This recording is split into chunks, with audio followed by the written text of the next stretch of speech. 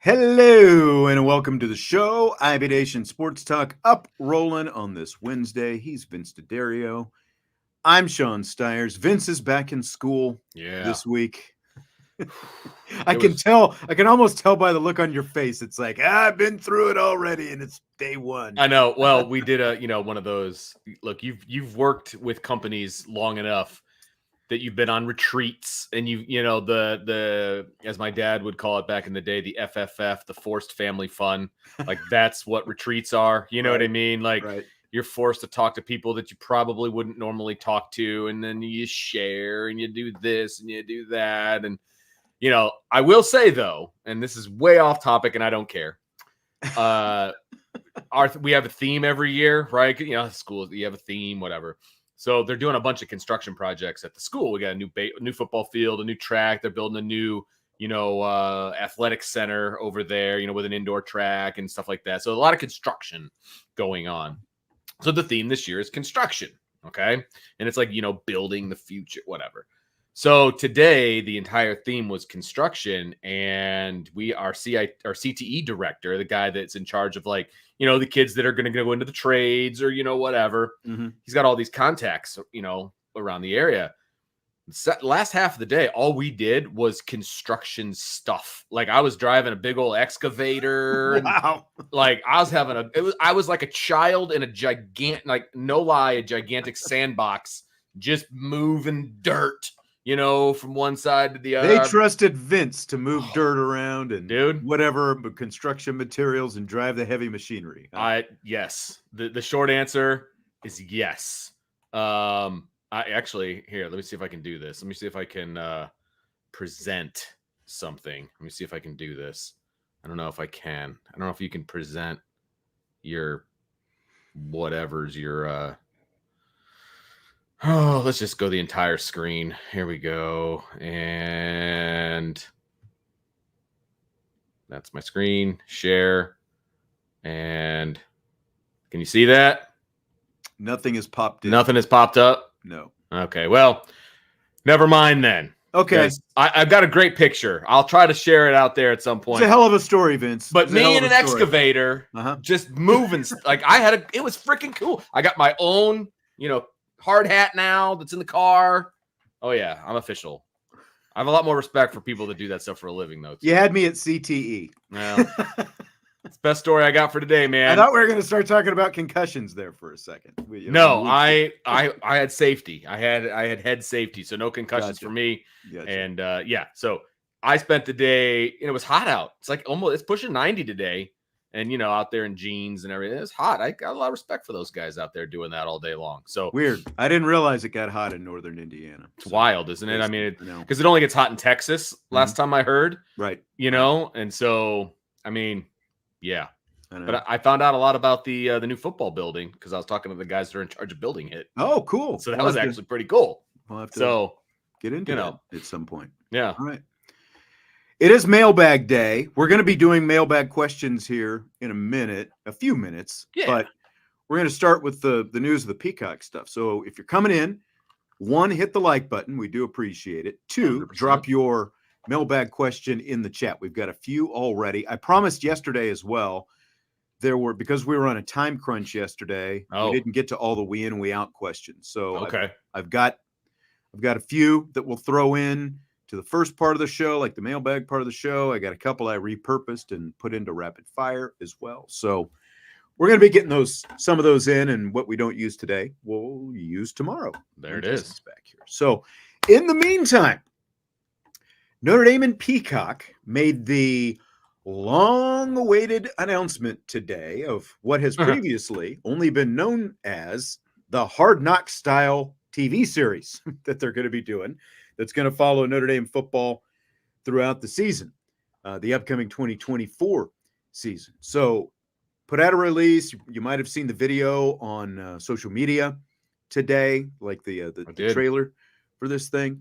Per the release, the series is going to be called Here Come the Irish.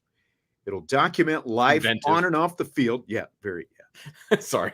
On and off the field of the legendary, this is according to the release, the legendary University of Notre Dame Fighting Irish football team through exclusive behind-the-scenes footage and interviews with those closest to the program. I'm reading that directly from the release. Peacock is going to drop the first 2 episodes of the series Thursday, August 29th, 2 days before the season kicks off at Texas A&M. And then that's going to be it until December 5th. You're not going to get anything during the actual season. This was not unexpected based on not at all. Heard. And yeah, I think you had heard this as well. So they're gonna drop the first 2 episodes August 29th. Then the next 2 episodes won't be until December 5th, right after the regular season concludes. And then after that, December 19th, they'll drop 2 more. And then January 16th, which would be after the national championship, would be the 7th and final episode of Here Come the Irish, chronicling the 2024 season. So what do you think, Vince? We finally have the news and some details. I love this stuff. I love the behind the scenes. And of course, it's very orchestrated. I mean, they're only going to show you what they want. And it's not going to, I don't think anything is going to be, earth shattering or anything like that. But I still love this stuff. And I will 100% tune in to watch it. I'm a little curious about the timing, and here's my reason why. You're going to get 4 episodes following the regular season, right? Right. But prior to, still before the playoff. And I'm not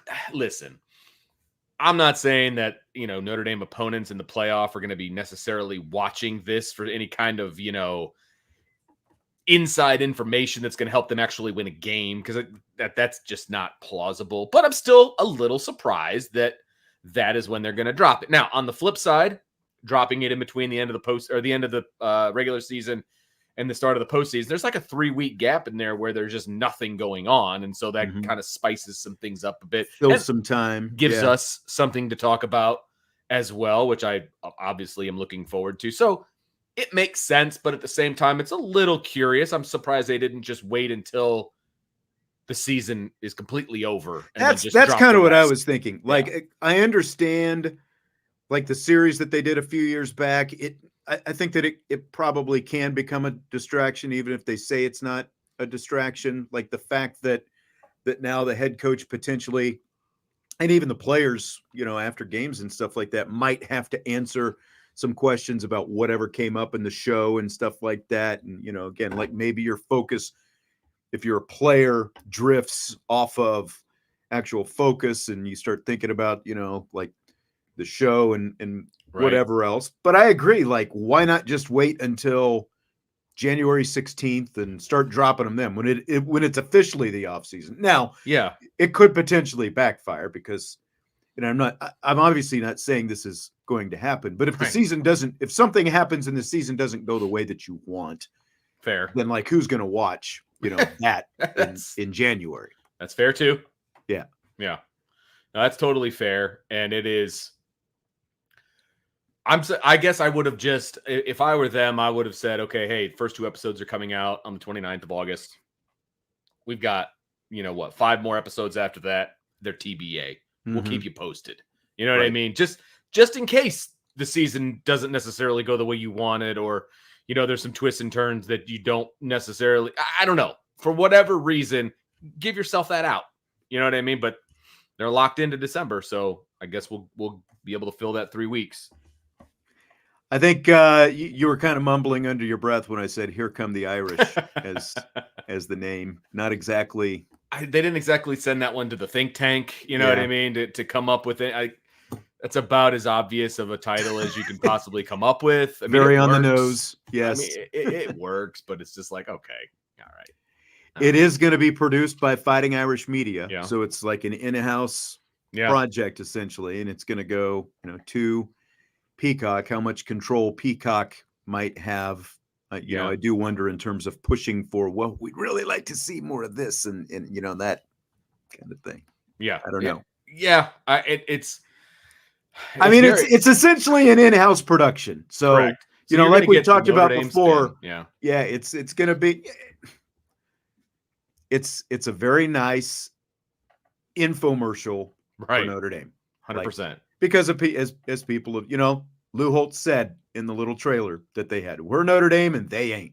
Yeah. So no one else is going to have a weekly series like this, Right. but Notre Dame is on Peacock. So regardless of what the content actually ends up being, I feel like it's going to be very similar to what we saw in that little thing that they released a couple of weeks ago that was almost like a test balloon of that thing that they did that, you know, that they waited, 11 months to release on the trip to Ireland last year.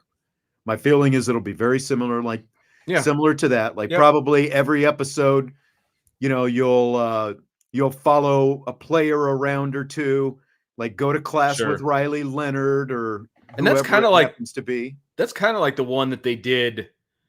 Oh gosh, how many years ago was that? I think Jerry Tillery was a freshman when they did it. He actually went like to Europe or Ireland or something like that during spring break, or not spring break, but fall break, if I remember right. They did, you know, they followed certain guys and they did. I mean, it's going to be similar to that. It's just Notre Dame is going to have 100% say on everything, you know? So, yeah.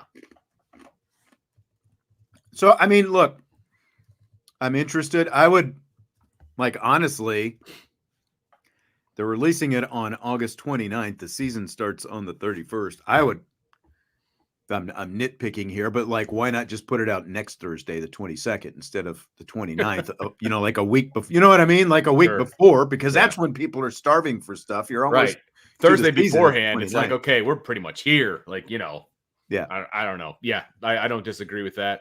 I would have liked it a little bit sooner myself. But you know, I guess it is what it is. I will say when we've been at practice and things like that, there are so many more cameras that are associated with Fighting Irish media. And like they've always had a camera person around, you know, kind of videotaping, you know, and doing the practice stuff and putting stuff out on social media. But now you're seeing guys with like rigs tied to them and like walking around. And so, I mean, it's very obvious that they're filming a show. You know what I mean? It is very clear when you're there.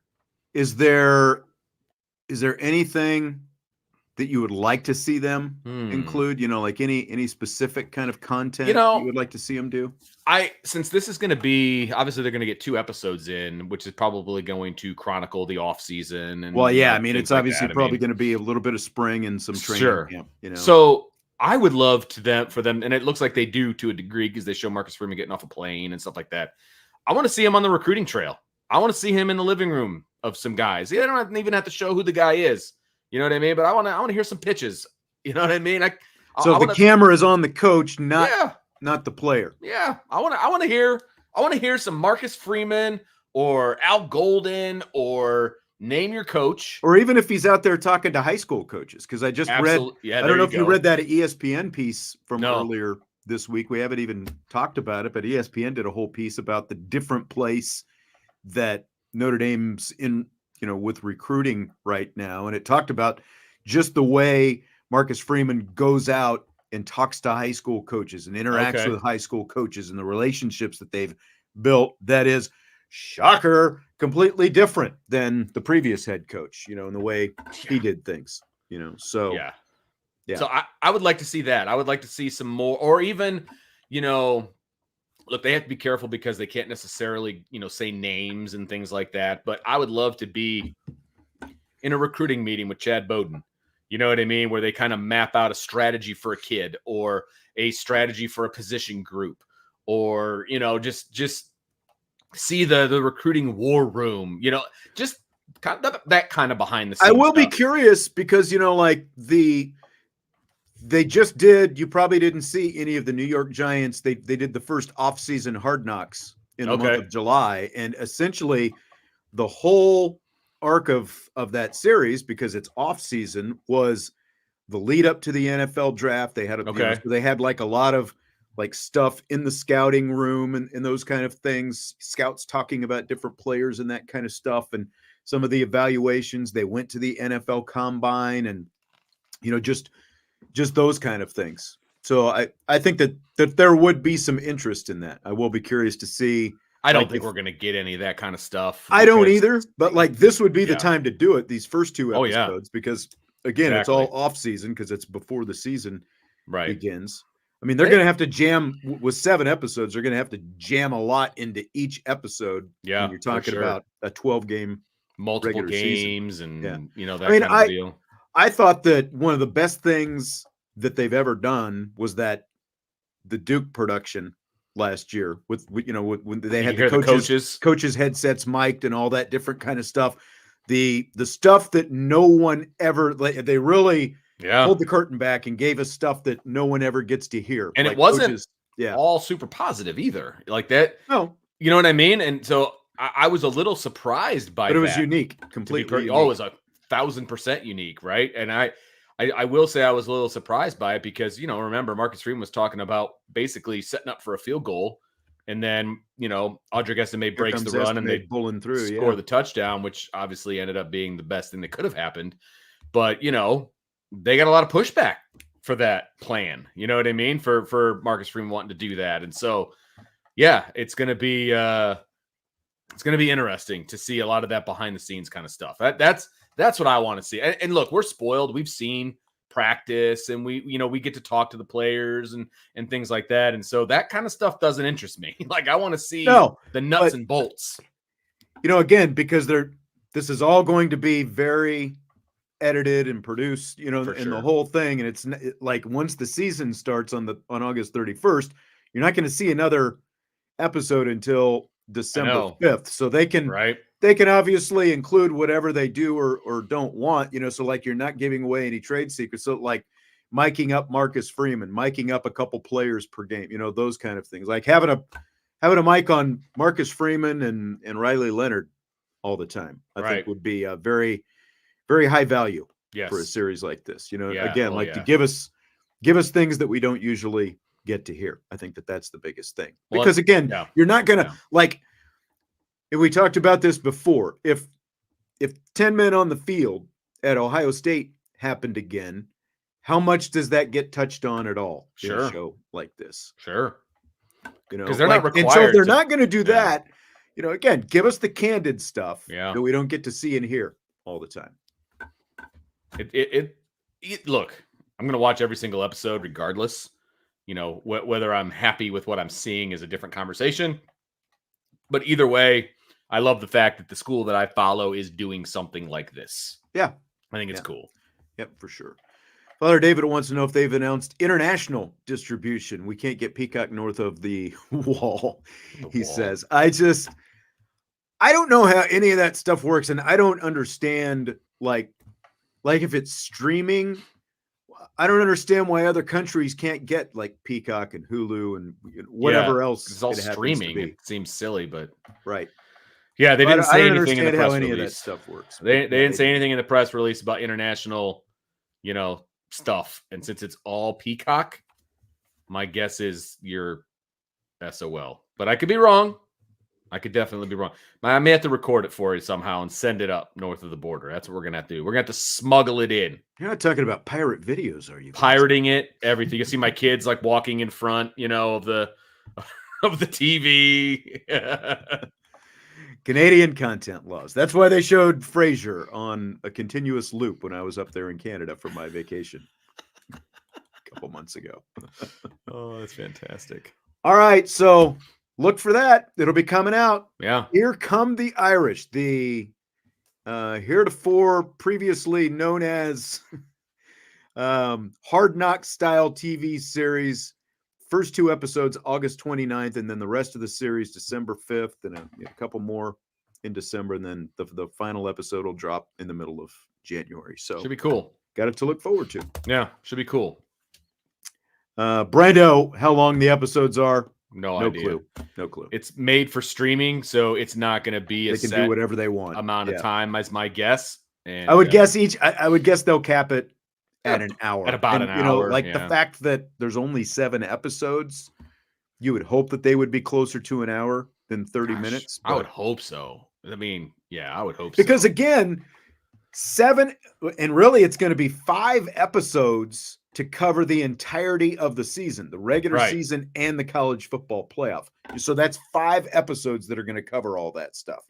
So you would hope that they'll be much closer to an hour than 30 minutes. 100%. 100%. Because they got to cover the games. They got to cover all the off the field stuff. Mm-hmm. I think it's going to be more than an hour. I think that's the way it needs to be. Because that they're going to have so much footage. Like, how do you pick and choose? You know what I mean? Because you're basically, for all intents and purposes, it's going to be about 1 episode for every 3 weeks, more or less. That's true. And that's a lot of footage to fit into 1 episode. Yep. So I'm hoping for more than an hour. I want a lot of footage, a lot of following around in the practice field and the meeting rooms and all that stuff. They're going to have a lot of work to do. Yes, they are, to make it happen. So. Yes, they are. But we'll know more in what? I've said before. Couple of weeks. Yeah, like I'm confident. Like that Ireland thing that they did. That was cool. Like that Duke piece. Very good job just with the production of the whole thing. So I'm confident that it'll be look and sound good and all that kind of stuff. What they put out, Fighting Irish Media is a quality establishment. They're and I know that's one of the things that Jack Swarbrick is one of the most proud of what he kind of instituted when he was at Notre Dame, and they do a really, really good job. And so I expect nothing less if it's going to be a Fighting Irish Media, project. And we'll just have to wait and see. But in 15 days, we'll all find out together. Yes.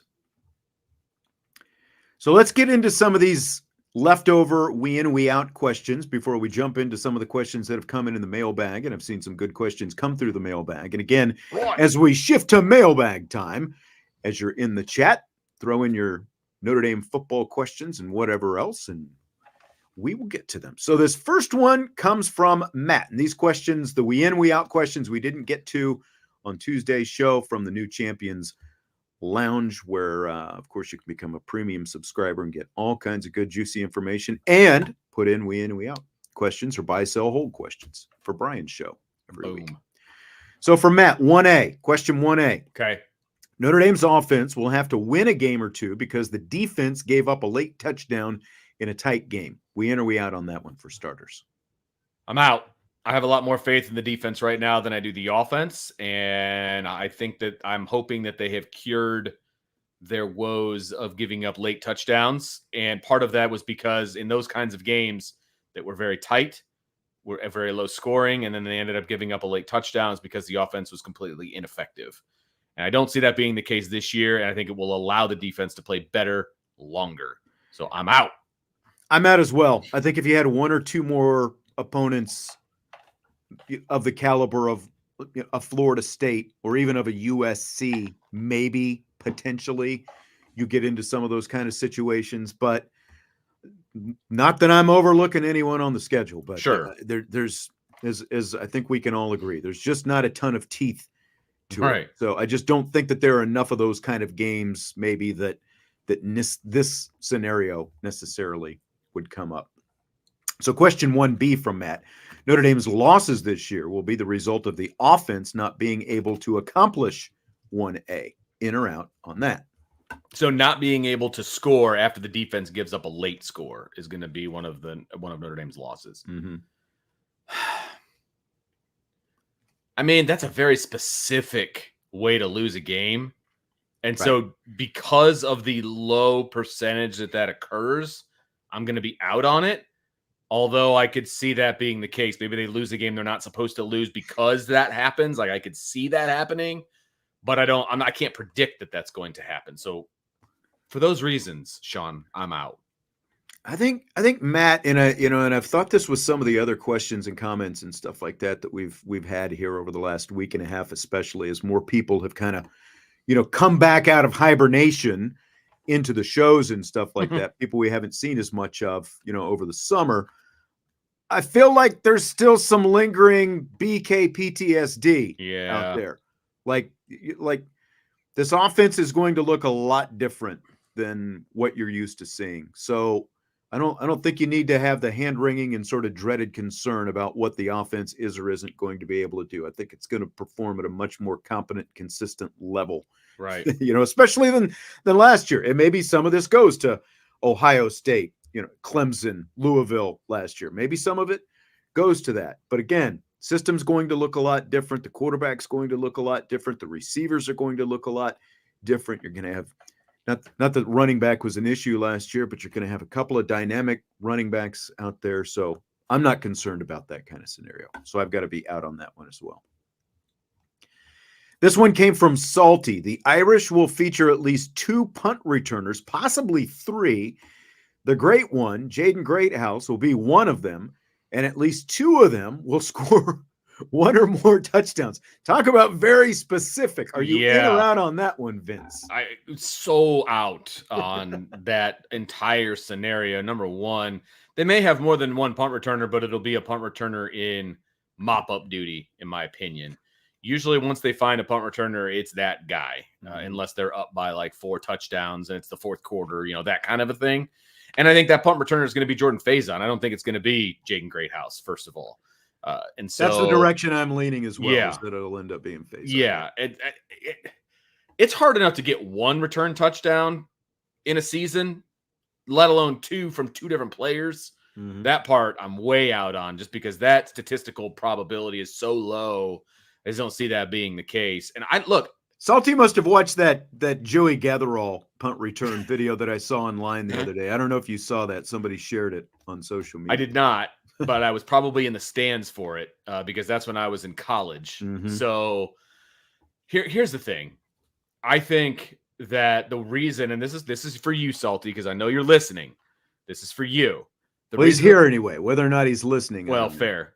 The reason that Greathouse is not going to be returning punts is because he has the potential to be the number 1 wide receiver. They're not putting their number 1 wide receiver back to return punts. That's just not what you're going to do. You're going to put, Faison's going to be in the rotation. A shifty, speedy guy like Jordan Faison makes perfect sense. The kind 100%. Of hands that he's got, perfect sense to be the punt returner. He returned 2 punts last year, and I believe one of them went for over 20 yards.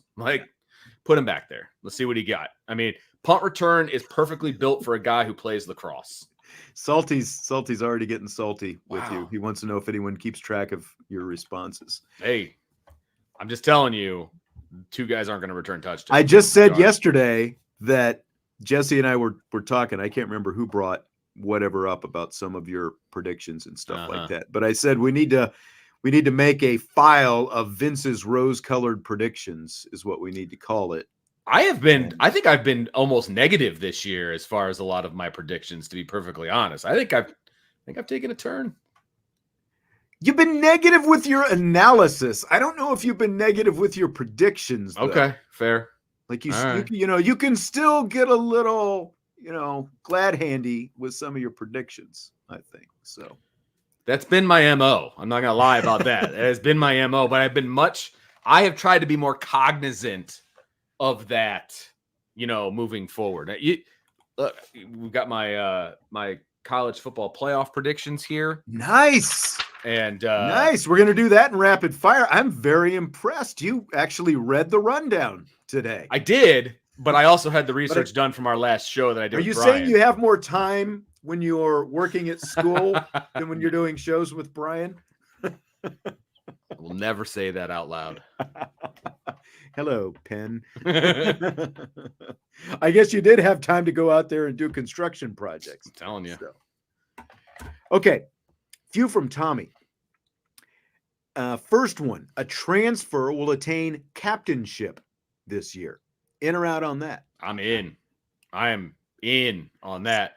So for sure. Let's go ahead, because on this subject, Joe dropped a question in the mailbag. If I can find it, he said, I asked for your way too early captains in the spring. I know we can't remember, but who are your captains now? So okay. I agree. I am in that a transfer. I'll just say Riley Leonard. I think Riley Leonard's going to be was mine as well of this team. So I will go with that as my transfer captain. Any other predictions for transfers?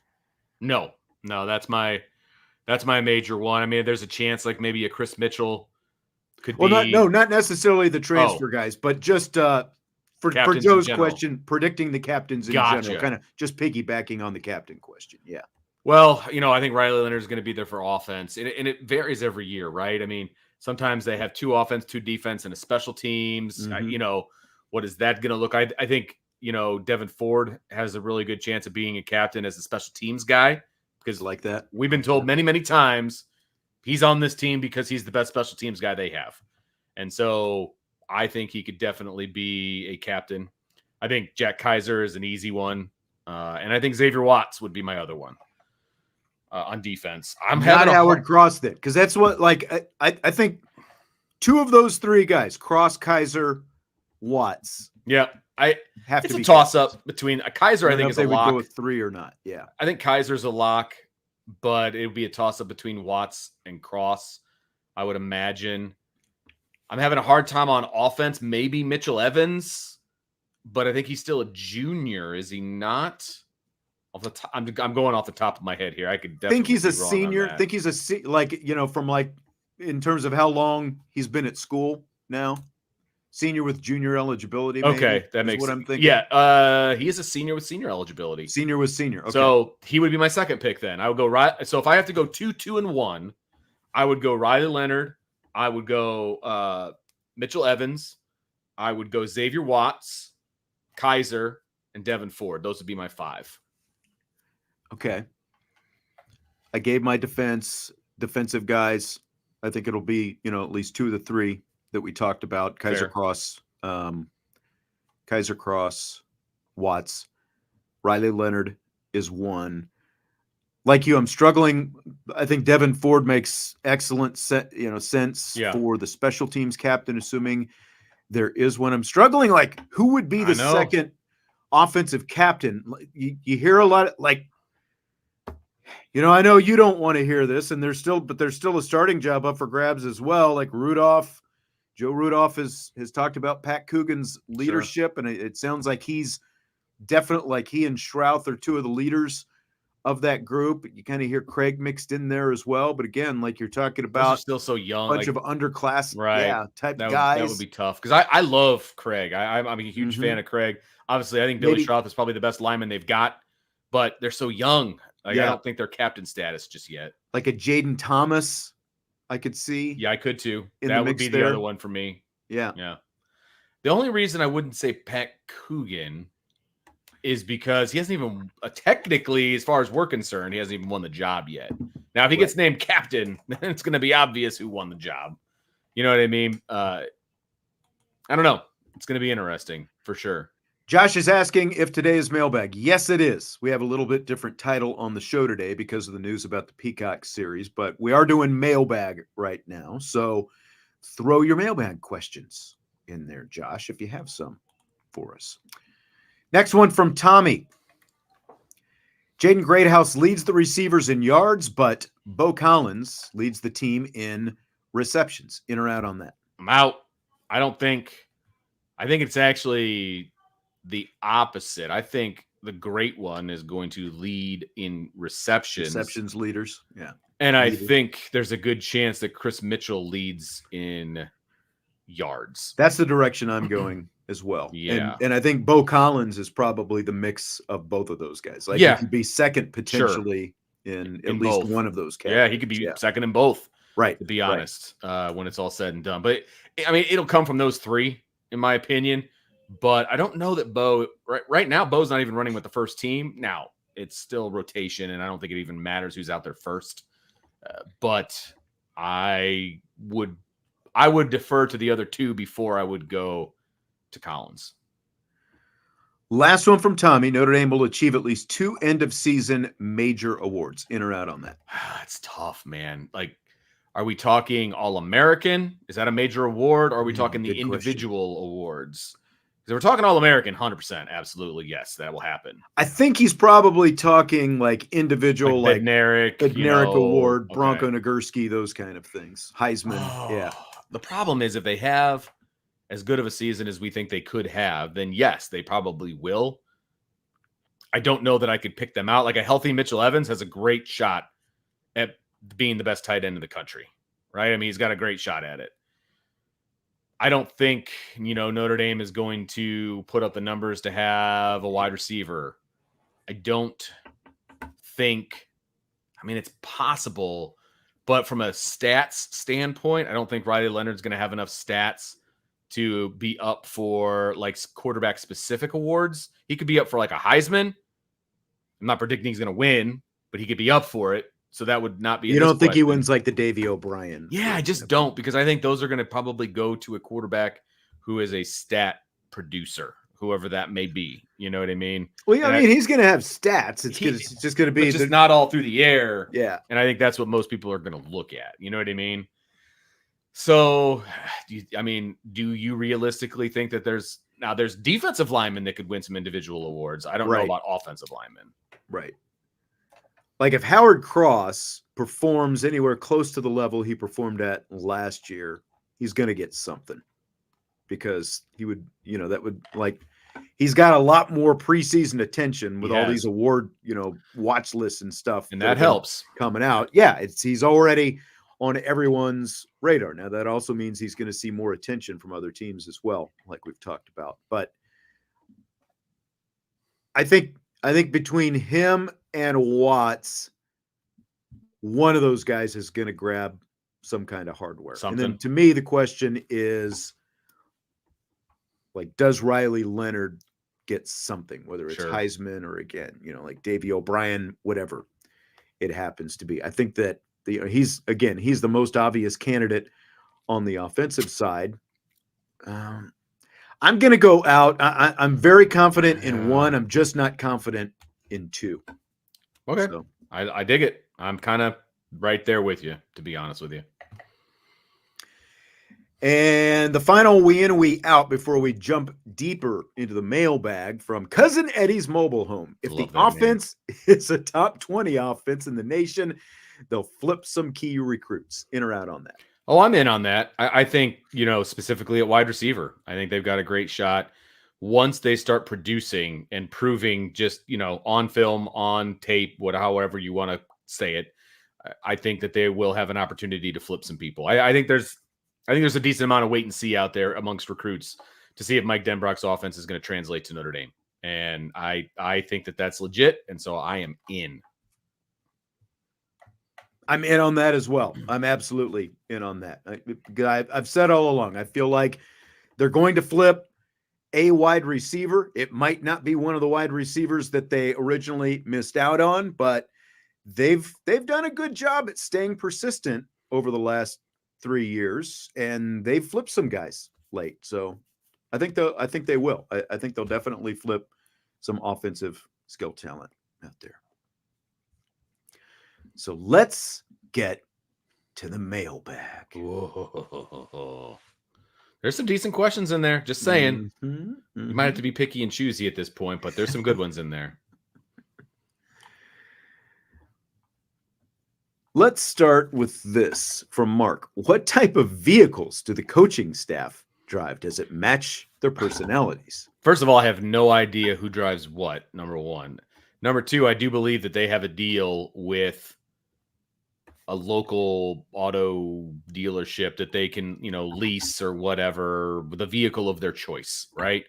And I believe that's for all the head coaches on campus. I don't know if, other coaches have that or not. I will never forget Dave Schrag when he was the baseball coach at Notre Dame. He had this deal. He was the head coach, so he got to pick out the car of his choice, for free or part of his contract, however you want to say it. And he picked a minivan because he had young children. Right. And I just thought that was hilarious to me. Like, you could have any vehicle you want, and you're driving a minivan. That cracked me up, man. That cracked me up. I thought that was hilarious. That fits Schrag's personality, though. 1,000%. It is not surprising. I mean, I would say a pretty high percentage drives some kind of SUV. Yes, I'm not even good with brands and all that. And they may have sidecars and stuff like I know for a fact Mike Denbrock has a beautiful like a sports car, because I saw a kid drive it to prom, was borrowing it. So, an absolutely beautiful sports car. I'm sure the coaches have that, right? Like, and they should have a little sidecar. Their kids have a nice car or something like that. Marcus Freeman's son has a very nice vehicle. I'm sure. You know what I mean? And why wouldn't he? Why wouldn't he? But I would, whenever I drive by the parking lot at the Goog, right? You know which one I'm talking about, right there. It's mostly black SUVs in Yes. that parking lot. So I would venture to guess that that's what most of them are driving. Yeah. Anytime I see a big, black, nice looking SUV driving around town, the windows are tinted. And I'm like, which coach is sitting behind those windows right 100%. now? Coach's wife, Yep, 100%. So, yeah, I just don't see them driving around town in their vehicles. You know what I mean? But, they have them. I'll find that picture for you for Denbrock. Oh, okay, cool. So Josh wants to know, if Blake Fisher doesn't get injured his sophomore year, does Joe Alt even see the field his freshman year? And if not, he's likely still on the roster this year.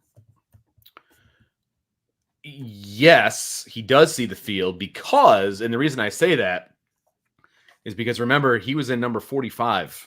He was being trotted out as a tight end at the beginning of the season that year. Because they knew that he was really good, but there was nowhere to put him on the offensive line. And so they would bring him basically in as a blocking tight end. Yeah. And they were extra blocker because he obviously played tight end in high school, and they were transitioning him to tackle in college. Yeah. So he was on the field before, Blake Fisher got hurt. He was planned to be on the field. So I know this isn't the answer that Josh is looking for because he wants to know if he would have seen the field at tackle. But I think that answer is no. But they knew that he had talent and they wanted to get him experience. And so they were bringing him in as a tight end kind of a deal, as a blocking tight end. So, well, look, it was still a little bit of a gong show, remember? Throughout that season. And that's how Alt ultimately ended up playing there at left tackle. I mean, obviously Blake Fisher's injury opened the door for him. So, the answer, I think you can still kind of go, you're right. Like, if you want to be technical, the fact that they were using him as an extra blocking tight end, he would have been on the field to some point. Would he have actually seen the field as a tackle that season? Probably not. Probably not. Blake Fisher stays completely healthy. Probably not. Yeah. Yeah. And Josh, you're right. I was going to get to that. It was the freshman year for both of those guys. Yes, it was. But Fisher had beat him out. Because Fisher actually had experience as a tackle and Joe didn't. You know what I mean? And so there was a bit of a learning curve there, right? And so I'm not overly surprised that was the case going into the season. But I also don't think that he would have usurped, if you will, Blake Fisher. Like, Blake Fisher was a highly touted guy coming in. You know what I mean? And he earned that left tackle spot as a freshman. And so I don't think that Joe Alt would have beat him out, enough to play over him. But he did well enough to play. And I think that is a key part of this. Like, the fact that Fisher played as a true freshman at left tackle right away, game one on the road, speaks to the talent and everything that Fisher had shown up until that point and what the other options look like. And again, it took Alt until later in the season to work his way into that. And again, because of the gong show situation, like other guys kind of proved that they didn't belong out there, and that gave Alt even more opportunities. Right. Stanley wants to go the recruiting route. He says, so why would Deuce Knight expect playing time behind CJ Carr? I really don't want this to sound condescending or mean. That's not my point to this, but how do we know what Deuce Knight wants?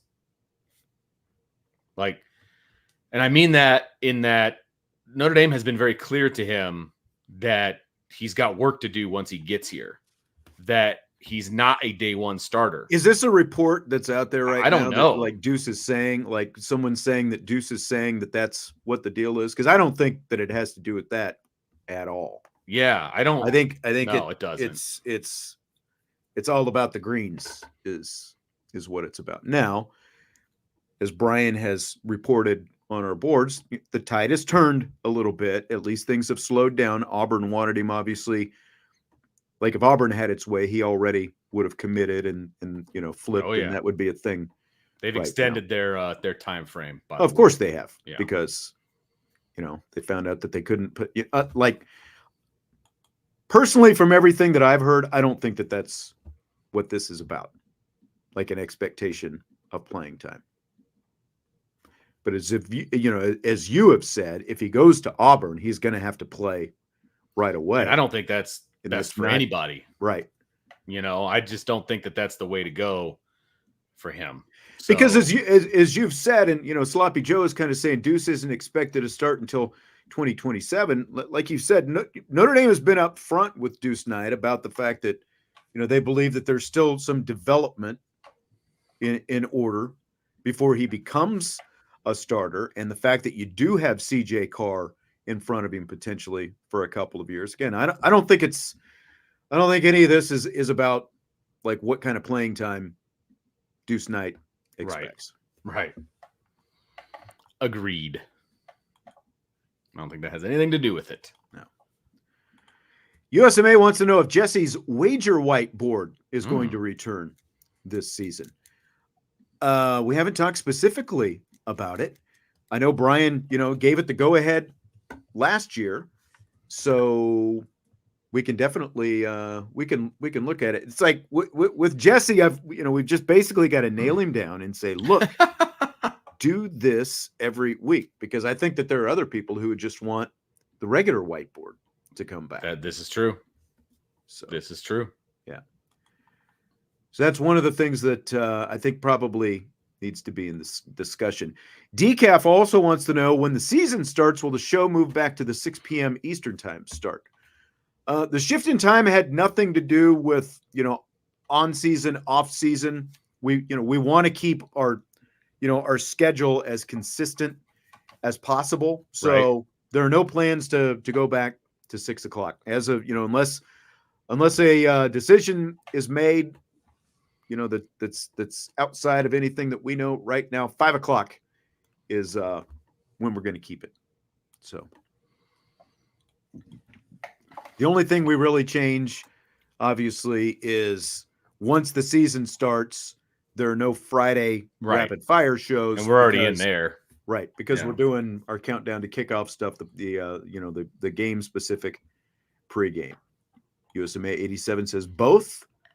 Again, this will have to be addressed with Jesse, but he'll be back here tomorrow, so we can have that discussion maybe a little bit tomorrow. Jesse's actually in the middle of he's got a job offer. Oh, no. Really? Yeah. Local? Well, local to him, still in the that's what I Cleveland meant. area. Yeah. Okay. But it's like guy who used to be his boss is at another firm now, and they have made him the offer, and so he's considering what he's going to do. And okay, so he's got a lot on his mind, a lot on his plate, as they say. Right. Okay. Right. And fingers crossed, I haven't even asked him. Like, hopefully that doesn't mean anything changes. Oh, for us. Yeah, well. right. Because it's about us. It's about the show. Come on. At the end of the day, let's just be honest. Yeah. Jonathan wants to know what our perfect football weather is. What is the worst? Or as a player? He says you are not required to have your quarterback receive snaps from the shotgun during a hurricane.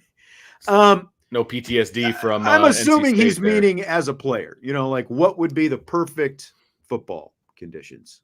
I mean, I will talk as in what's the perfect football conditions of a game that I want to go to. It's fall, 64, sunny. Dips into the 50s by the end of the night kind of thing. Little Christmas in the air, but not too much. Hoodie and jeans type weather. Mm-hmm. And I think most players would be on board with that as well, right? Because it's not going to be sweltering humidity or anything like that. It's also not going to be cold enough that you're going to have to wear long sleeves or anything. The long sleeves would be great for those of us in the stands, but for players, they won't have to. And so I think that's probably the sweet spot. That's the way football is supposed to be played. I would concur with that wholeheartedly. I think that's probably the perfect, or like even start in the 50s and dip into the 40s every now and then, just so it's not too cold. Yeah, right. Again, Christmas in the air, like fans are wearing sweatshirts, that kind of thing. Perfect. Huge hoodie and jeans fan. Like that's my sweet spot. That's what I love. That's the weather I love. So I'm all about that type of weather. So I have so many hoodies upstairs, like on my shelf, just begging to be worn. So yeah, I'm ready. I'm ready for that time of year for sure. Yeah, in terms of the worst, like I would definitely say heavy rain, just like that hurricane stuff, like, and wind, like wind with anything added to it. So like snow and wind, rain and wind, like wind really affects things.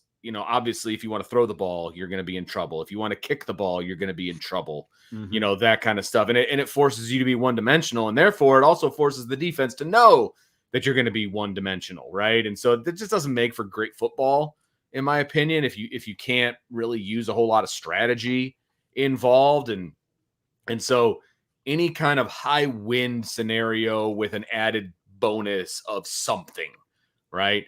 That's I think the worst possible conditions that you. I actually think a little bit of snow is actually perfect conditions as well. Like I don't have a problem with a little bit of snow. Yeah, I don't have a problem with that. And as a kid, I loved playing football in the snow. Like falling into the snow banks and just tackling the crap out of each other and all that. Like that was fun.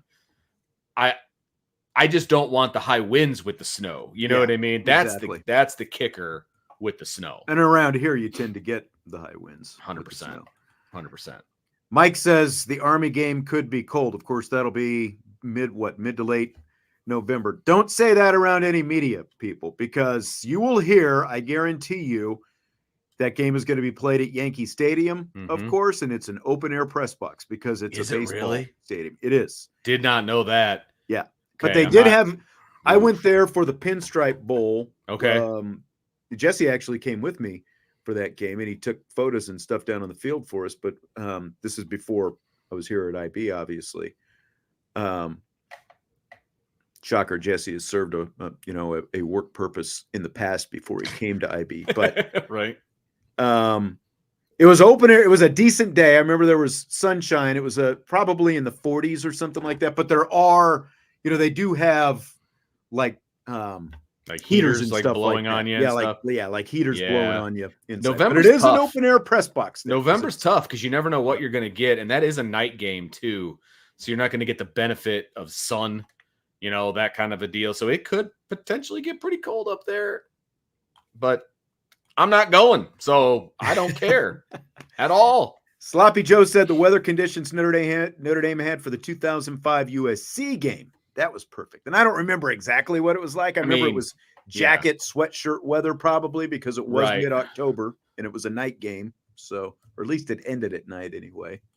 But, yeah. Great weather, bad ending. Speaking of the weather, Father David says the heat will have almost no effect on the A&M game. It is the most over-discussed aspect of this game. We will save that for rapid fire because it is queued up.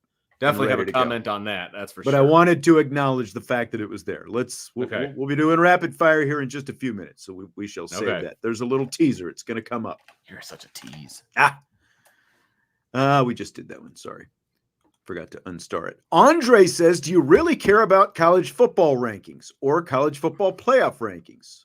Do you care at all? Well, you have to care about the CFP rankings because that's all that matters. I mean, the AP and the coaches, they're fun to talk about because there is no other ranking to discuss until there's the no CFP games rankings going on right now. Come out. Yeah, there's no games going on. But at the end of the day, once they start bringing out the CFP rankings, those are the only ones that matter. And they matter because if you're not in the top 11 or whatever, then you don't get to play for a championship.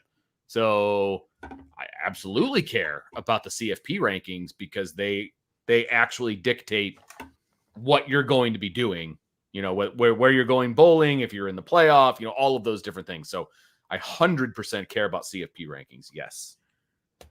I do too. I mean, it's better to be ranked than not be ranked, right? It's basically something to discuss. And actually, this is going to kind of play into a rapid fire question. Vince showed his little his playoff bracket that he's got. So this is going to play into something that we're going to kind of touch on in rapid fire as well. So, but yeah, I mean, they matter. And it's better to start high because I think as Joe was saying in last night's show, something he asked about, it gives you wiggle room. up or down. Right, It gives you wiggle room the higher you start, obviously. Oh, yeah, great point. So, Yeah, great point. Notre Dame starting at 7, I think, is a great starting point for them. Great. They literally hold their, their destiny in their own hands, so to speak. another one from Andre. Do you believe that a loss for any college football team, particularly a Power 4 school, is a nail in the coffin for an impossible college football playoff? No, because I don't know that there's going to be any undefeated teams this year, and 12 of them have to make it. So, no. Now, if you said like 3 losses, maybe, but even then, you're still going to hear like there's a solid chance that Georgia loses 3 football games this year because their schedule is murderer's row, right?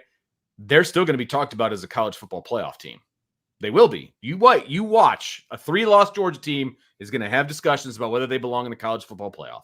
1 loss is not going to erase the chances of anyone making it into the college football playoff, except group of 5 teams. Well, remember it's group of 4, as Andre is pointing out, but that increases the odds that you're going to have teams with multiple losses because of the fact that one conference collapsed and all those teams are in other conferences now, basically just making all the other 4 conferences. I mean, tougher. the group of 5, like, oh, you're saying group of 5, a loss for them, group of 5. Yeah, for sure. They're going to have to be undefeated. Well, for the most part, they don't have to be, because remember, they have to be a conference champion. You don't have to be a conference champion. You just have to be the highest ranked group of 5 team. Right.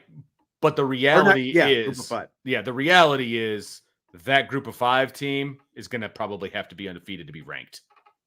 That's what I'm saying. It just depends on how many losses. Sure. No, I get that. I mean, in theory, you could have a bunch of like quote unquote best group of 5s with 2 losses. That's true. That's a good point. It just because that group of 5 could be ranked sitting there somewhere around 25th. They could actually be unranked if they could be unranked. Yeah. Although the College Football Playoff Committee has found a way to kind of bring those group of 5s into at least the tail end of the top 100% to justify 100%. Yeah, 100%. I just think a loss for a group of 5 team is more devastating than a loss to a Power 4 team is. I'll leave it at that. Yeah.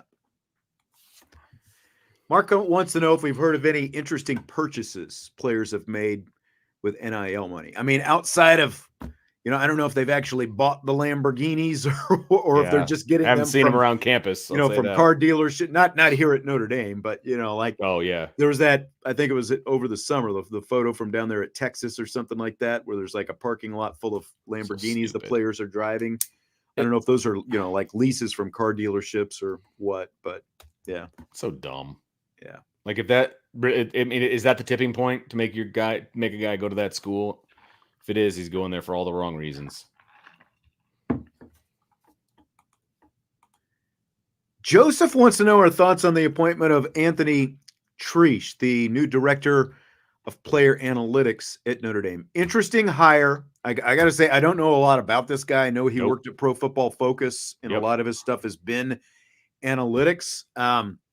Obviously, the fact that Notre Dame hired him means they think pretty highly of the work that he's done in the football analytics field. And there's obviously analytics in every sport. It comes into play more than any of us really know. So I think it makes sense. Stay on the cutting edge. I mean, it's where all sports is going.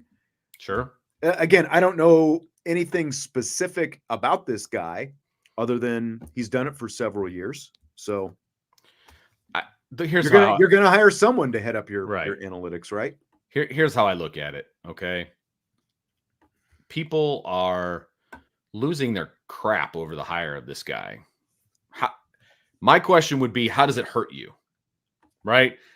If I'm Marcus Freeman and I've got X amount of money to spend on personnel, right?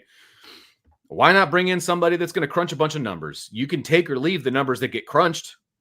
Right? I mean, it's just another data point that you can use in your decision-making process. Like, this guy isn't calling plays. This guy isn't recruiting. This guy is and again, I don't know him specifically. He's an analytics nerd. Like he's going to be in a corner office someplace with no windows and a computer screen crunching numbers.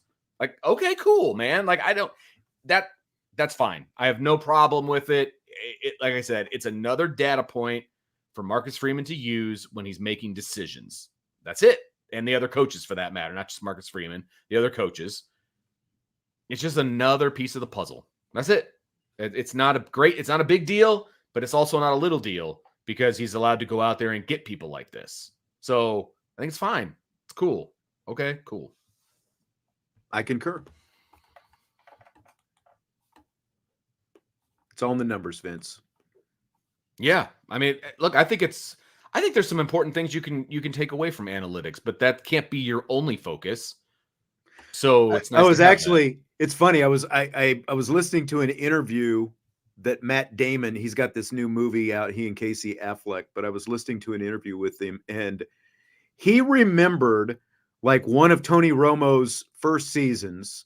Romo was doing, calling a game on CBS with Jim Nance. He was doing a Patriots game. Okay. It was like late in the game, the Patriots were winning and whoever the other team the Patriots were playing, they were like, down inside the 10-yard line.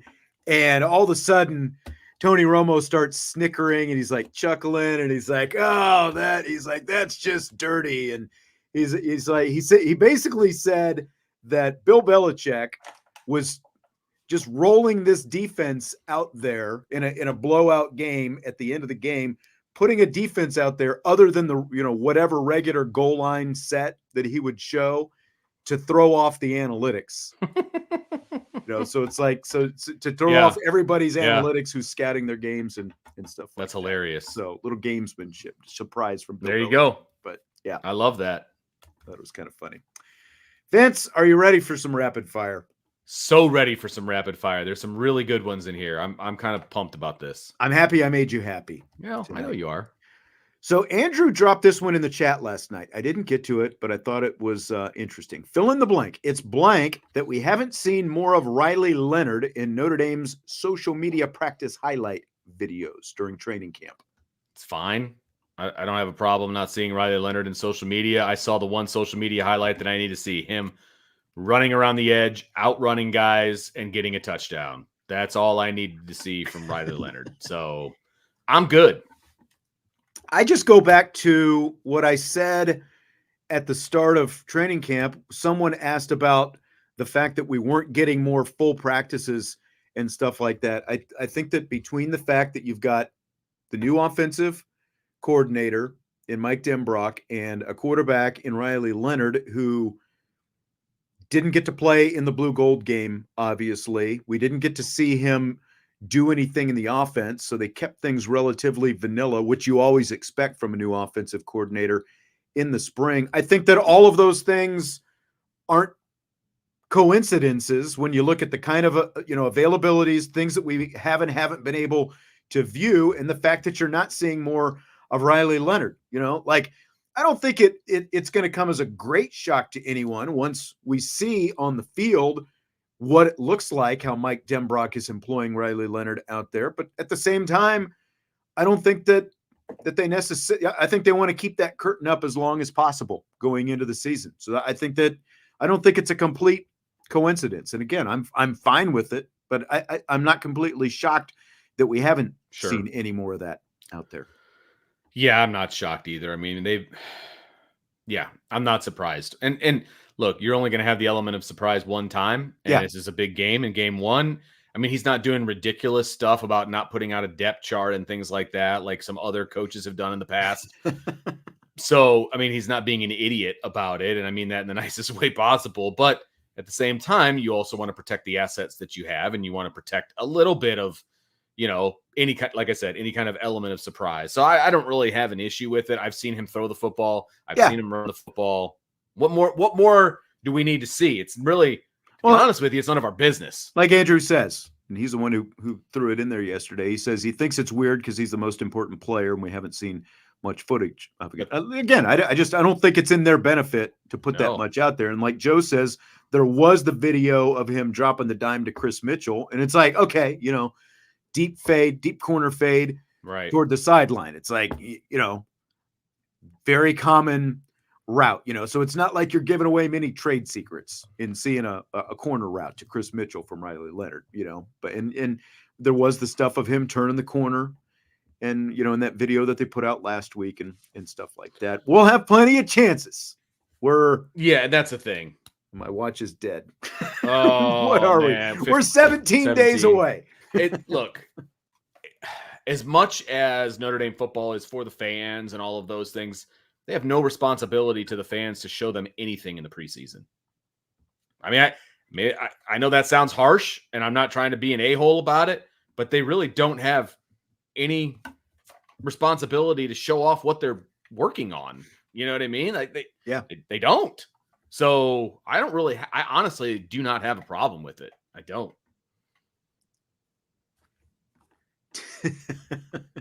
DK's asking if Freeman has officially announced the starting quarterback. He's not going to. I feel just like, FYI. Feel like a little jab. Like that's like there's any question there. They're not like, going to. When we have seen who's been out there with the first team.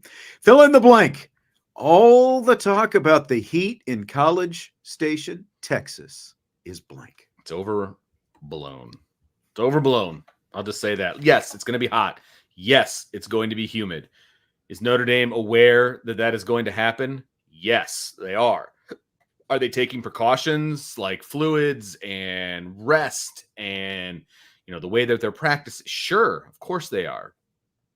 At the end of the day, that is not going to be the difference in who wins or loses this game. Period.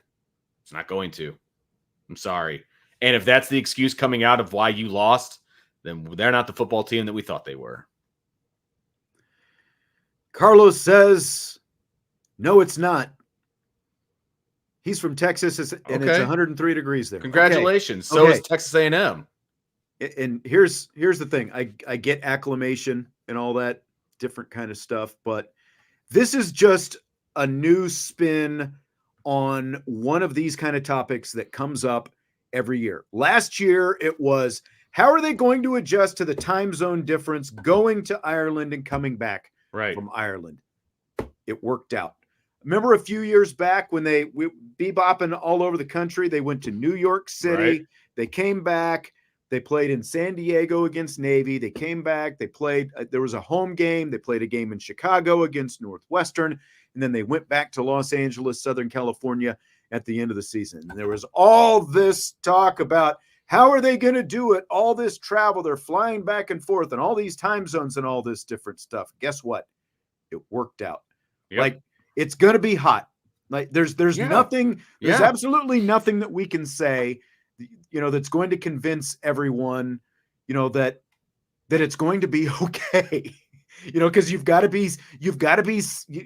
see it, and they've got to prove it to you first. Sure.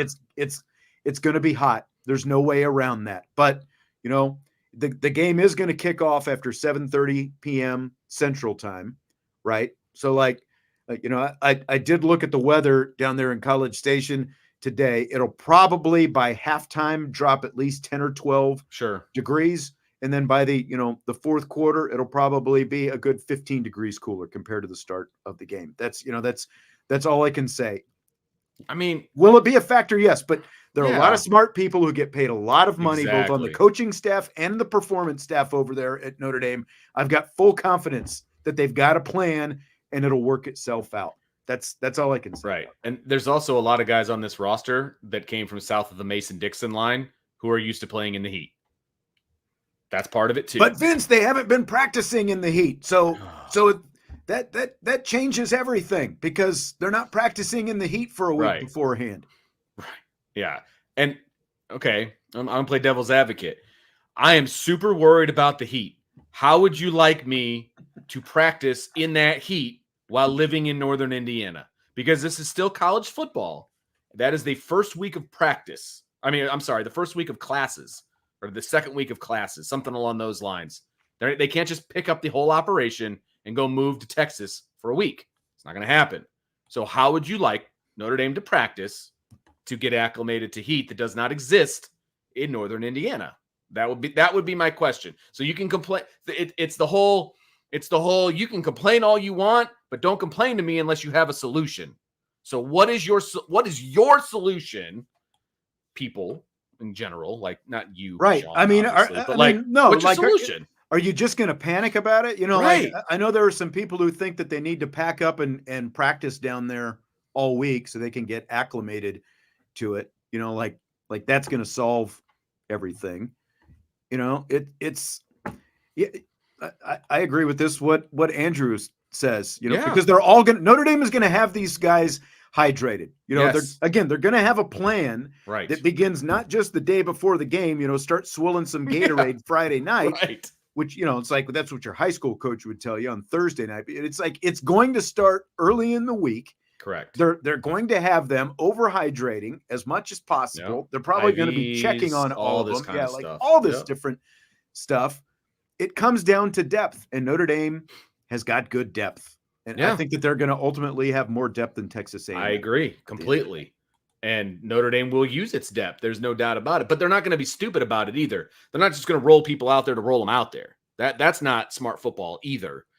So, you know, we've talked about the defensive line being able to go 11 or 12 deep. You'll probably see 9 or 10 of those guys, right? You know, the linebackers, he talks about playing all 5. Okay, what does that snap count look like when Texas A&M is all over with? Is it going to be 3 with most and 2 with some? You know, what is all of this going to look like? We're all going to find out, but you cannot simulate that heat up here. You can't. All you can do is prepare. Literally, the only way to do it would be if they shut the doors of the Irish Athletic Center, the indoor practice facility, and, you know, practice sweating their gonads off all week. You know, even then, it's not going to be as humid, you know, as it will be down there. You can't replicate the humidity. You just can't do it. That's exactly right. Yeah, you just can't. It's not. Yeah, it's just not feasible. So is it a factor? Sure. Yes, but I don't think it's going to be the factor that a lot of people. Like I said, they went to Florida State 3 years ago. It's hot and muggy in Tallahassee too. Right. Like it's not like Notre Dame has never started off a season playing in sweaty, hot conditions. You know, so like this is just the thing that we have to think about. You're right. A couple weeks before the season starts. I don't know what else to say. So here's one that Tommy had last night that we didn't get to. Another one of our we in, we out. He says Notre Dame will actually handle the heat and humidity as it relates to cramps and heat exhaustion better than the Aggies due to having the deeper rotations. In or out on that? I'm in on that. I think we just started talking about that, right? We kind of stepped on that question a little bit, but I think Notre Dame does have the depth, and I think that they will outlast Texas A&M in that department. In Elko's first year, you know what I mean? Like, so maybe that's not the case next year, but it is the case this year. Yeah. Like A&M's, like their front end guys on the defensive line that we've talked about, they're good. They're really good. Sure. But I don't think that they're going to be able to go 11 or 12 deep like Notre Dame is going to. And that's going to be the key. Those guys are really good. Their first line is really, really, really good. Yeah. Are they going to be able to be out there every single series, every single play? Like that's unrealistic in the heat, right? And so does Notre Dame take advantage when those guys are off the field? That may be what this game comes down to, right? And so, yeah, I do think Notre Dame has more depth. I do. Concur. So Howard Cross, Benjamin Morrison, Xavier Watts, they've all been named to the 2024 Chuck Bednarik Award watch list. The award goes to the nation's top defensive player. Which of the three has the best chance to win that award? Well, you know, it's probably without knowing the history of the Bednarik Award, I would assume that it's difficult to go back to back, right? It kind of like the Heisman, like you're just not going to see a 2-time winner. Now, Watts won the Nagurski last year. And the Nagurski, I'm sorry, you're right. Yeah, this is the Bednarik. Oh, there's so many damn awards. I know. All right. I know. My fault. You know, I don't think Xavier Watts is going to have the stats to win that award this year. I think Howard Cross could potentially win that award if the stats back it up, which for a defensive lineman, obviously that is very, very difficult. But they're going to avoid Xavier Watts. They're going to avoid Ben Morrison. And so I'll say Howard Cross has the best chance to win.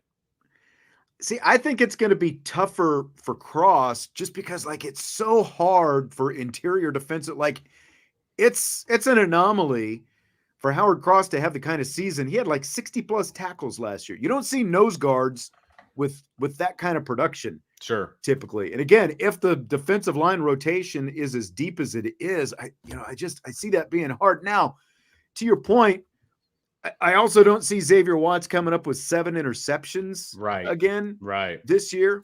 But, like if he's even got 5 and he's a tackling machine, which I think that he can be, like one thing about Watts is like he's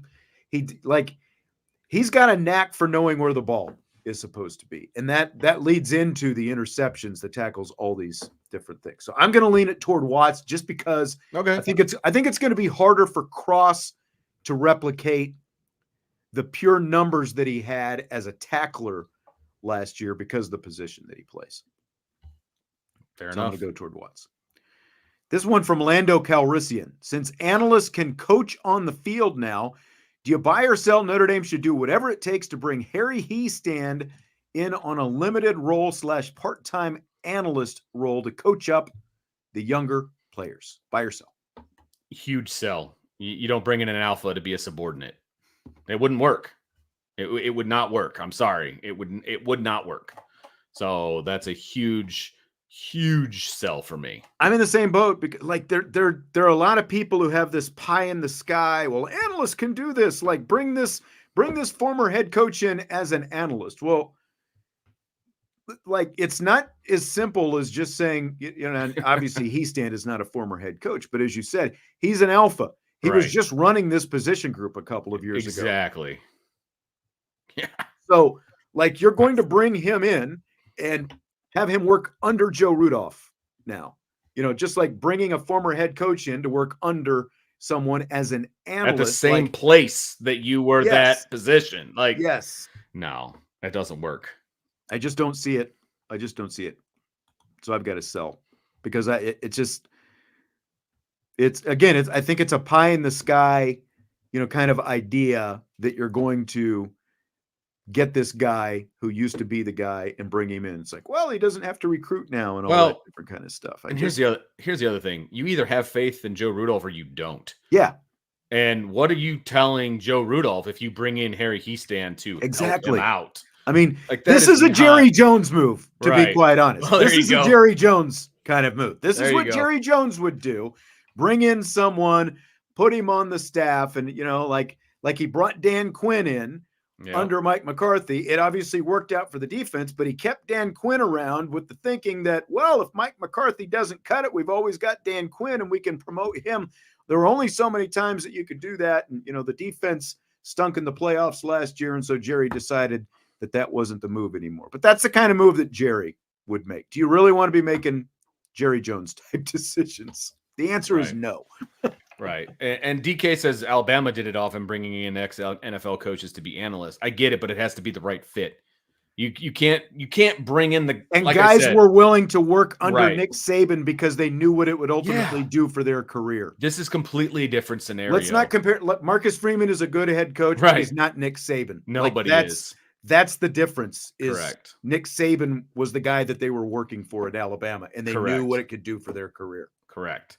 And it wasn't in a quick amount of time. And it wasn't being a subordinate to the position group that you were in charge of 2 years ago.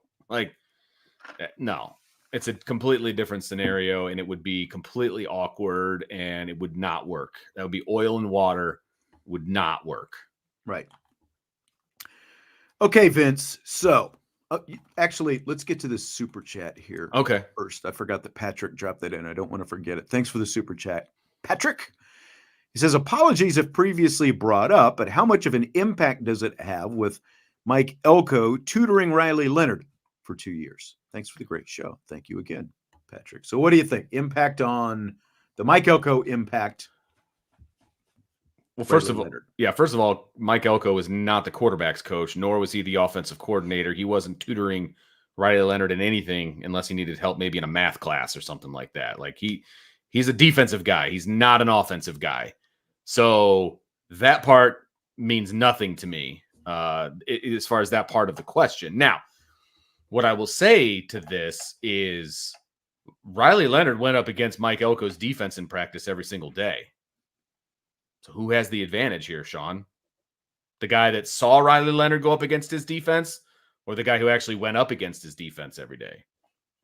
I think you can make a case for either one, to be perfectly honest with you. Right.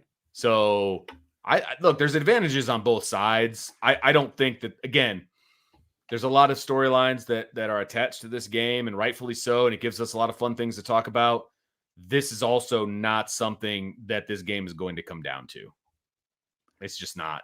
And it goes back to what we were talking about before with the fact that Notre Dame is not sharing a lot of video of Riley Leonard out there.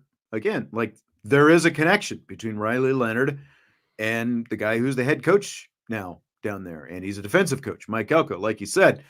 So like, does he know Riley Leonard's tendencies? Sure. But there's a reason. Riley Leonard knows Mike Elko's tendencies too.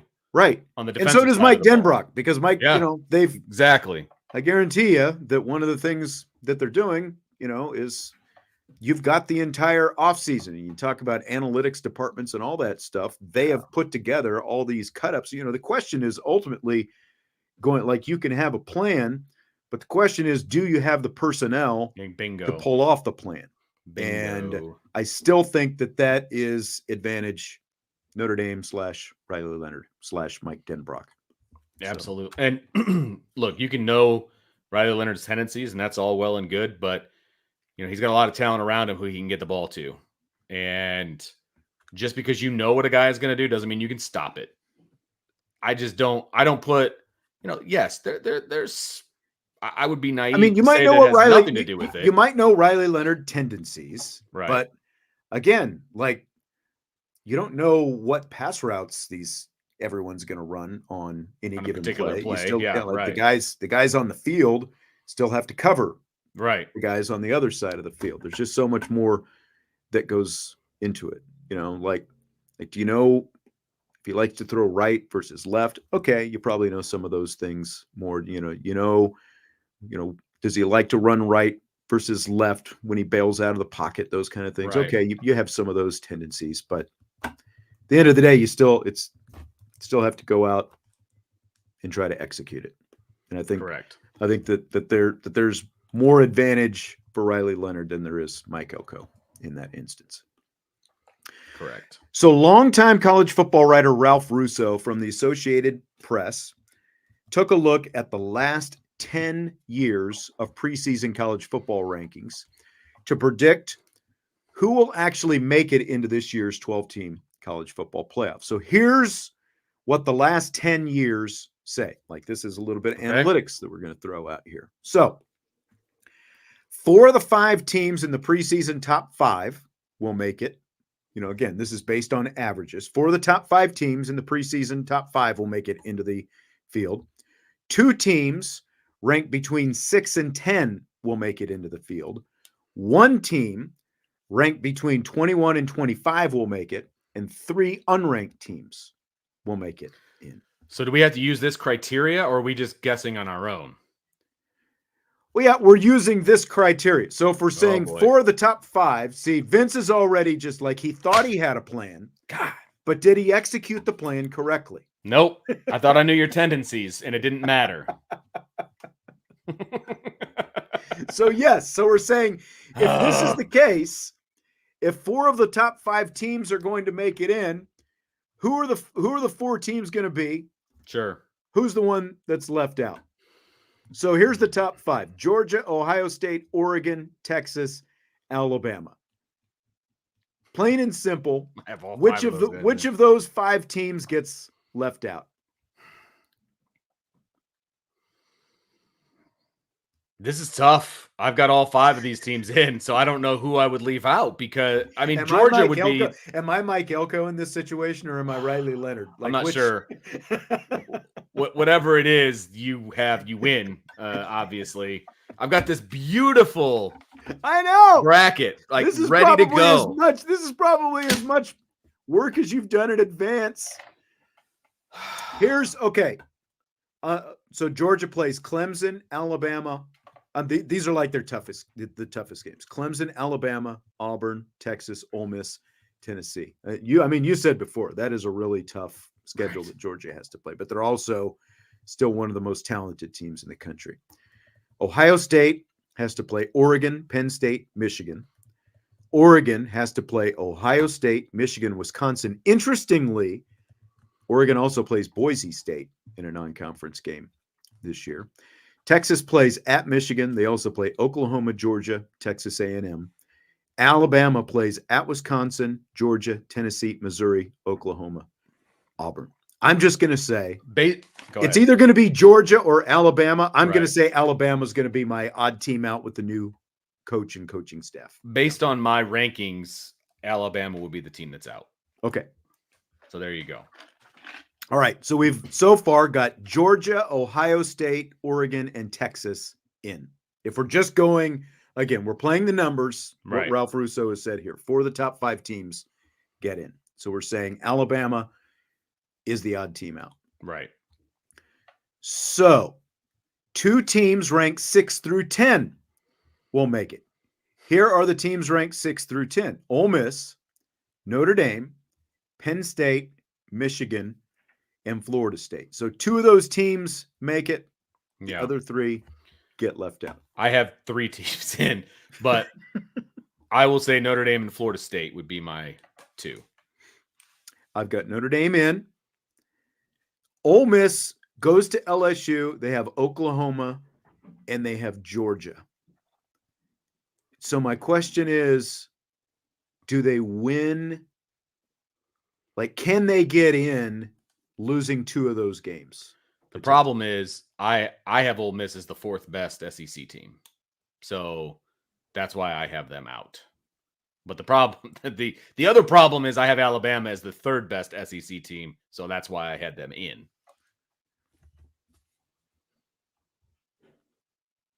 I'm just going to go Ole Miss and Notre Dame. I think Ole Miss and Notre Dame. Wow. Florida State. Who's going to win the ACC? Clemson? We're going to get to them. Okay. Actually, I forgot to compare those schedules. Like I did all these other schedules. Look at Salty's question. Bring Salty's question up because I'm not exactly sure what he's trying to say. Is he trying to say that we shouldn't be using this criteria because the criteria doesn't matter? Like he's saying something about this criteria is tough though because there are different rules in this playoff scenario that you have to follow. So it's tough to kind of follow these particular. But I mean, that's what That's again, like he obviously because of the fact that the 4 conference champions get the byes and all that stuff. Obviously, he took a look at what they would have been if it was at that as well. Yeah.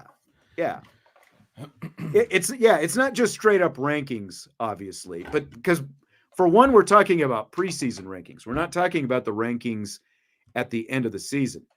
The averages say over the last 10 years that these teams in these spots would have made the playoffs. If that makes sense. It does. It does make sense. And again, I know I threw I think I'm with you. I'm going to go Notre Dame and Florida State as well. And I think the fact that they play each other helps out the loser of that game. Okay. Basically.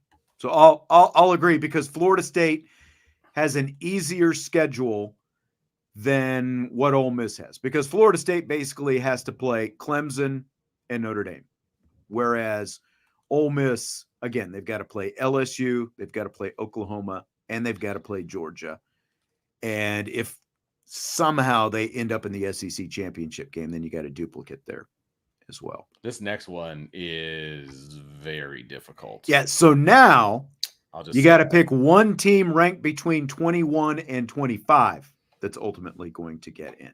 Because again, this is what the averages say. Just like the averages in the preseason polls say 7 teams that start off in the polls are going to be out, the averages say that a team that starts out ranked between 21 and 25 is going to make the playoffs. Yeah. So which team in the preseason AP poll ranked between 21 and 25 is going to make it? Arizona, Kansas, USC, NC State, and Iowa are your choices.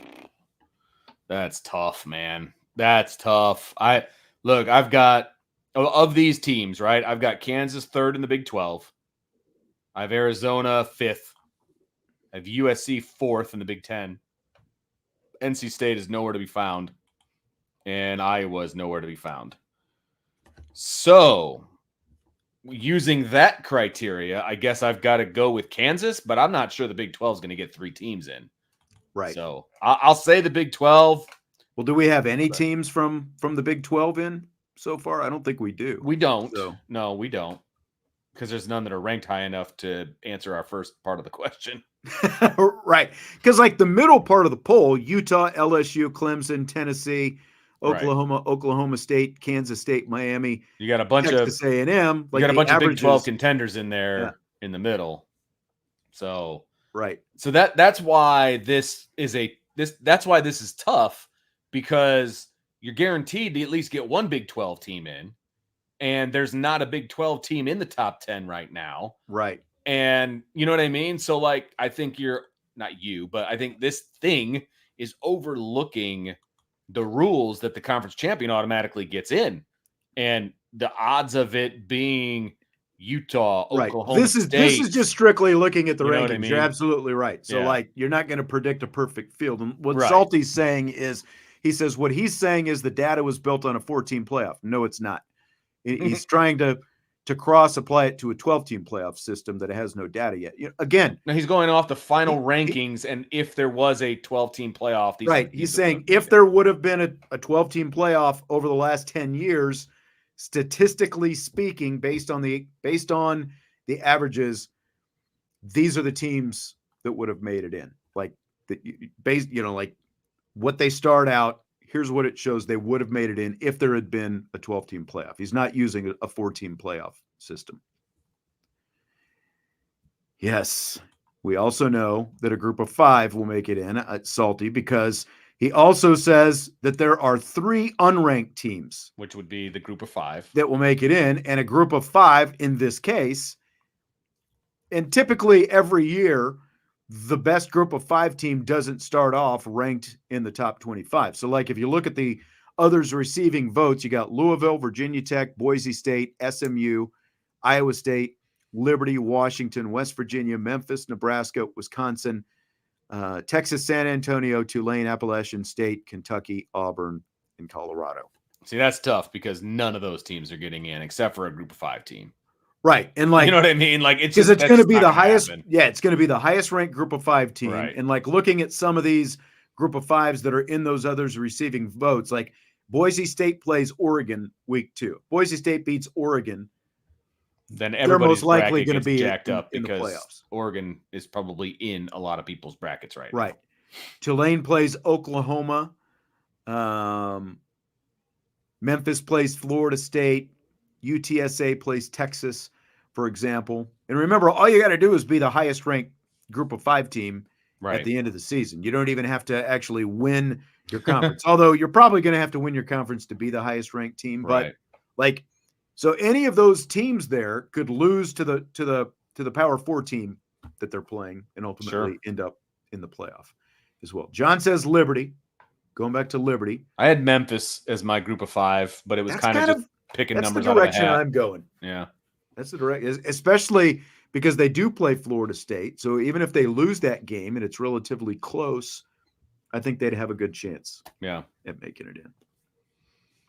So what you did all the work. Tell me the field that you predicted without this crazy criteria being thrown in there that screwed everything up for Well, clearly I didn't read the instructions of the assignment. So okay. As a teacher, I failed the assignment, but it is what it is. So my top 4 seeds are Georgia 1, Ohio State 2, Florida State 3, Utah 4. Okay. So they get the bye. So those are your conference champions then, basically. Correct. So then I've got Oregon 5. I've got Notre Dame 6. Okay. Texas 7. Clemson 8. Alabama 9. Penn State 10. Oklahoma State 11. And Memphis 12. Okay. So I like that. Yeah. So some parity in there. And Notre Dame gets some nice matchups, in my opinion. But that was just happenstance with where I ranked them. Yeah, so who would Notre Dame be playing? So they play Oklahoma State in the first round at home. Right. That's I don't think that would even be close, if I'm being honest. Then you've got a rematch with Florida State, obviously at a neutral field. And then the way I have it set up, it would be another, not a rematch from this year, but a rematch from very recently, Notre Dame against Ohio State in the Final Four. That'd be fun. Some advantageous, in my opinion, advantageous matchups for Notre Dame. So, because, look, at the end of the day, I'm not going to get in too deep on it, but end of the day, I don't see Notre Dame losing to Ohio State 3 times in a row. I just don't. Like, they're not afraid of Ohio State anymore. Yeah. Like, I just don't see how they lose that game. So, there you go. I like that. That'd be awesome if you saw Notre Dame and Ohio State matched up in a national semifinal. Be freaking great. Yeah. And then I've got Notre Dame losing to Georgia. So there you go. Okay. I know. It all comes crashing down. Realistically, I'm sure we're going to do some predictions and things like that. I think Notre Dame can win 2 games in the playoff this year. And then I do too. And depending on matchups and things like that, we'll see how it goes. But in this particular scenario, I like the matchup with Ohio State. You know what I mean? And so I had them winning a 3rd game, but then losing the 4th game. And so it just really depends on who you get matched up with. So I'm just thinking you got a quarterback like Riley Leonard, like a little, you got like a little Vince Young national stage. If he's healthy all year long. Yeah. I like it. I'm saying it. I like it, but it's a long way to go between now and then. That's for sure. Absolutely. Archer says, "Oh, Vince, I sure do. I'm sure you do, and you should. You should absolutely. Why would you be afraid of Notre Dame? You're 2-0 against Notre Dame. You should not be afraid of Notre Dame.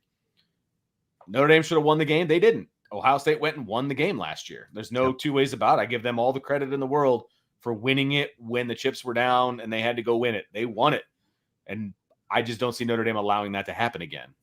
That's my point. So, anyway." I think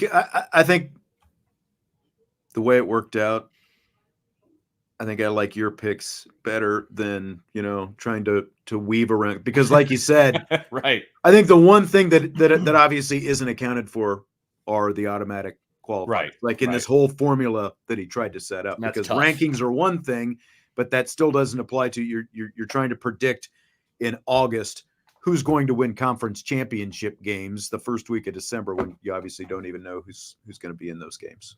So, all right, that's going to do it for tonight. A lot of great questions between We In, We Out and the mailbag, and we do appreciate it.